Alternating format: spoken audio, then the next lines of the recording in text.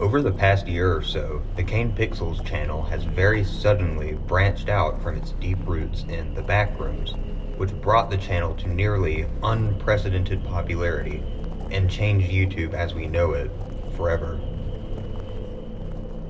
Since then, Kane has begun two completely new series. The Oldest View, my personal favorite series of his thus far, and definitely deserving of its own video here on the channel, and his most recent series, People Still Live Here. The series began on January 13th, 2025, with a minute-and-a-half teaser titled, Say Well. The style of this teaser very much follows the style of Renewal, which was the first teaser video for the previous series, The Oldest View, consisting of various real-world shots of abstract imagery and strange music being played in the background.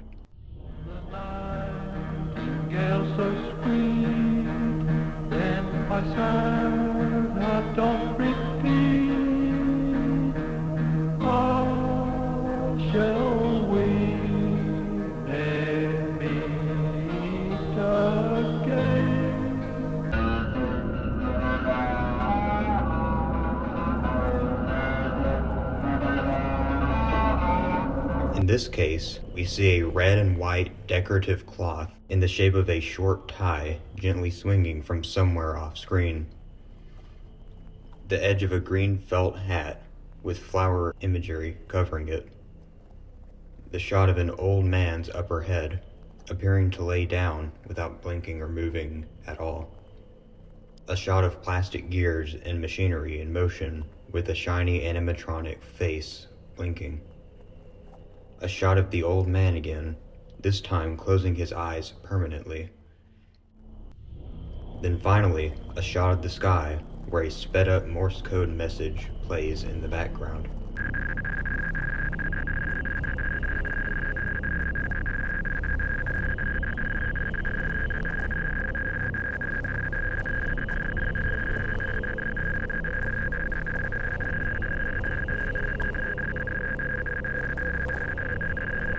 Using Google Photos' reverse image search feature, I was able to discover that the animatronic featured in the video is in fact a product from real life. Yeah, this manages to somehow be even creepier than in the actual video. Its name is Laughin' Head Peter, which was a line of animatronic wall figures made in the 1970s. Just one of many equally trauma-inducing designs. The face, hat, and tie match exactly to those of the video. Furthermore, the old man featured alongside the Laughin' Head seems to resemble an aged and balded version of Gustav Peter, the inventor of the Laughin' Head. Once again, I'm seeing stark similarities to themes from earlier on in The Oldest View, where the early videos focused on an obscure figure from recent-ish history, which in that series was Julian Riversham, a Franco-American botanist from the 19th century. And while the person never appears directly again, their presence follows the viewer throughout the rest of the series. Except, interestingly enough, this doesn't happen again in People Still Live Here, at least not as far as the series has gone at the time of making this video. In the series so far, Gustav Peter and the Laughin' Heads appear in the first video, but don't appear again in any form for the subsequent 4 videos. So then, what is Say Well trying to tell us? Quite simply, I have no idea. But we can get some clues at the end of the video when we get the sped-up Morse code message played over a lightly clouded sky, which when translated says, quote, "And now my body has become one with a faraway land. I am the meadow and the sky all around. You work on the land, and so you work for the land, and in return, the land accepts you. You may think your work is finite and conclusive when the time comes to depart, but the land will always remember what you gave to it, and in time, you and your work will live on through the land." Now bear that message in mind, it will become very important later on. Next in this series is a seemingly unrelated video titled People Still Live Here, version 8.3, 2005 gameplay, where we're informed that what we are about to see is a video game reconstruction of the events experienced by someone named Clifton J. Saywell between 1934 and 1946, which ties back to the original video titled Saywell. The video begins with some text narration. You lie awake, unable to take your mind off of what you discovered out in the swamp. Tomorrow, you will return to that place. Do you remember the overgrown man from when you were a child? He said you must go to the meadow alone. You always wondered what he had meant by that. And with that, the game begins in what appears to be a damp, overcast swamp, almost certainly what was referenced in the previous monologue. Furthermore, we can get more information about this setting in a newspaper clipping linked in the description of this video, where we discover that Clifton J. Saywell died in 1994, and that he particularly enjoyed walking in Hockomock Swamp, which was located in West Bridgewater, Massachusetts. We can assume that this is the same swamp featured in the game. The development also raises an important question. The imagery of the old man and the phrasing of the hidden message in the last video seems to imply that someone has died, but that person, Gustav Peter, or Clifton J. Saywell, or perhaps someone else. At this point, I don't know that we can say for sure, but the more explicit references to Saywell lend me to believe him to be the deceased in this case. Now this is where things get interesting. In a strange turn of events, the video starts to introduce symbolism from Native American folklore. Firstly, Saywell discovers a wooden hut out in the swamp, and when he enters, he finds a downward staircase with a carven spiral at the top, which in several Native American cultures represent the sun, water, and what's most important to this discussion, traveling and migration.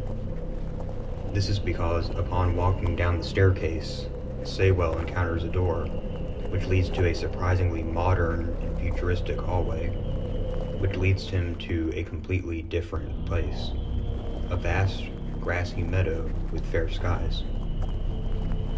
But that's far from where the Native American imagery ends. In the next shot, the game prompts the player to find 3 different objects hidden throughout the map: a wampum, a pocket watch, and a car compressor. The wampum was a form of currency and decoration used by the Wampanoag tribe for thousands of years in the area of Hockomock Swamp and Massachusetts in general. The rest of the video is spent with the player walking around the world and grabbing the objects until the player comes across another strangely modern office building surrounded by wire fence. The player breaks in, finding an NPC in a server room who says he has been stuck there for a long time and asks the player not to tell anyone he was there, lest they think he was, quote, spying on their thoughts. Then, immediately after releasing him, we're introduced to the antagonist, you might say, of this series. A fast-moving, possibly sentient, railroad crossing guard. Yep, you heard that right. The signs that light up and make noise when a train is about to pass a crossing. Yep, one of those. It simply chases the player and NPCs across the world and carries them off into the distance. To most people, including myself, this at first seemed utterly ridiculous and nonsensical. And, well, it might be, but the Native American imagery, surprisingly enough, may help to explain this choice of villain. But I'll explain that in a bit. The next video is day 2 of the People Still Live Here game. This time, the player is tasked with finding 3 more objects: a decorative-looking feather, a sundial, and a bowling ball. At this point, we can see a pattern emerge with the objects being collected. Something from the first civilizations living here, the Native Americans. Something from the first Europeans to colonize the continent.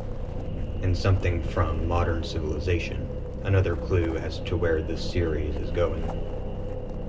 The last video in the series is a 20-second clip called Sunshine, which features a realistic version of the game world from the previous two videos, with the following text in the description. Video taken sometime between April 2023 and September 2024. Context. Previously unimpacted individual is granted natural passage to the Meadow Outland Steeps, uncertain locality, via derelict structure in Northern California, USA. Additional footage was found along with this 18-second clip and is currently being reviewed for potential release. This text could lead one to believe that this place, the Meadow Outland Steeps, is some kind of alternate dimension, not dissimilar to the backrooms, due to the idea of it being accessed via derelict structure, despite its locality being unknown.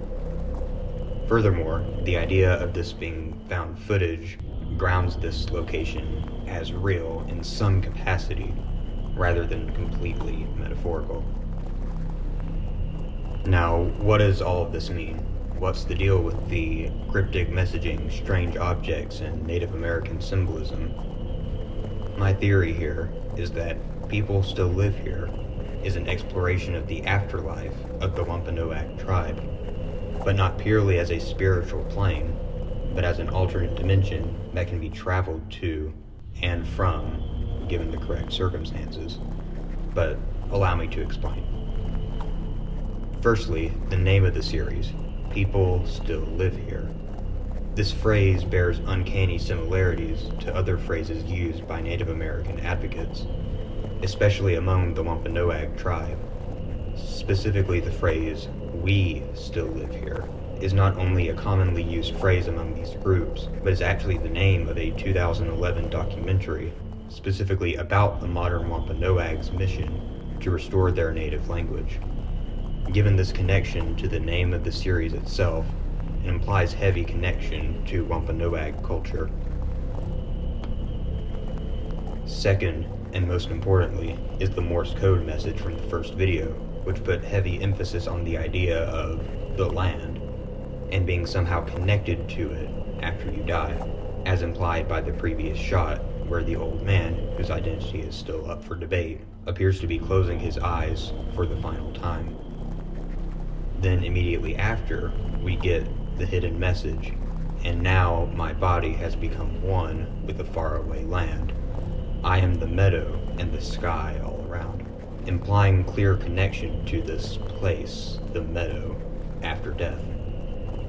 Then it continues, "You may think your work is finite and conclusive when the time comes to depart, but the land will always remember what you gave to it, and in time, you and your work will live on through the land." This very much supports the idea that the meadow, in a sense, is an interpretation of the Wampanoag afterlife, where you and your ancestors are tied firmly to your ancestral homeland.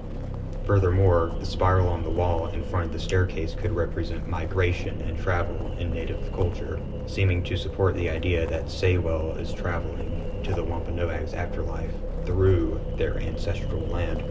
Does this mean that Saywell is already dead? Well, not necessarily. We know from the first video that he was only there until 1946, and he lived on after that in the land of the living, working as a human calculator, which was popular before the onset of supercomputers in the 1960s. And he lived until 1994. The implication would be that he entered the afterlife, or the happy hunting grounds, as it's referred to by some Native American tribes, but came back after 12 years, stuck in there. Furthermore, the footage from the last video that was allegedly found by someone else in the real world also implies that the transition between both worlds is possible and potentially common. The detail that the locality of the meadow is unknown despite knowledge of the entry point in Northern California also implies that this is not only an alternate dimension, but one that has been mapped out to some extent, and the meadow is just a new area, the location of which isn't known in relation to other areas. Personally, I think the idea of interpreting the afterlives of ancient people as real overlapping dimensions that can be accessed through the real world is a very, very cool idea. It also leads to several other burning questions. Does that mean that different interpretations of the afterlife in different cultures map onto different regions of this alternate dimension, and that ancient Native Americans simply discovered it and assumed that it was their afterlife? If so, that would be really cool. That would be very similar to how some ancient tribes in nearby areas would find cave entrances and assume that they were entrances to the underworld. And this concept extends beyond just Native American folklore. Even the ancient Egyptians believed in a similar afterlife, the Field of Reeds, a vast land beyond Earth where the dead would unite with the gods and have abundance forever. It also raises the question, who or what were the railroad crossing guards? Under this theory, there seem to be two options. Either the railroad crossing guards are representative of something else, or the alternate dimension is outside of the flow of time, and so contain features from all points on the timeline, including past and future.